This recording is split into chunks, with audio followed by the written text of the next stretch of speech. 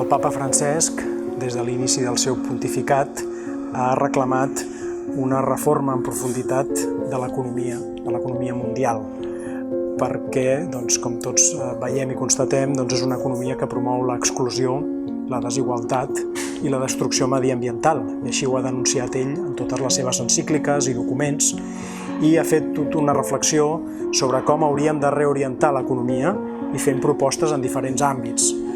Justament acaba de promoure una xarxa d'economistes amb el nom d'Economia de Francesc. L'economia de Francesc seria una economia inspirada en l'Evangeli i en Sant Francesc d'Assís, i seria l'economia que necessitem, una economia que realment sigui promotora de la dignitat de les persones i del bé comú. Doncs bé, aquest llibre el que faig és recollir algunes de les principals propostes del papa Francesc i de tota la doctrina social de l'Església en matèria econòmica que poden ajudar en aquests temps de pandèmia a repensar l'economia i a reconstruir-la sobre unes bases noves que tinguin en compte la dignitat humana i el bé comú.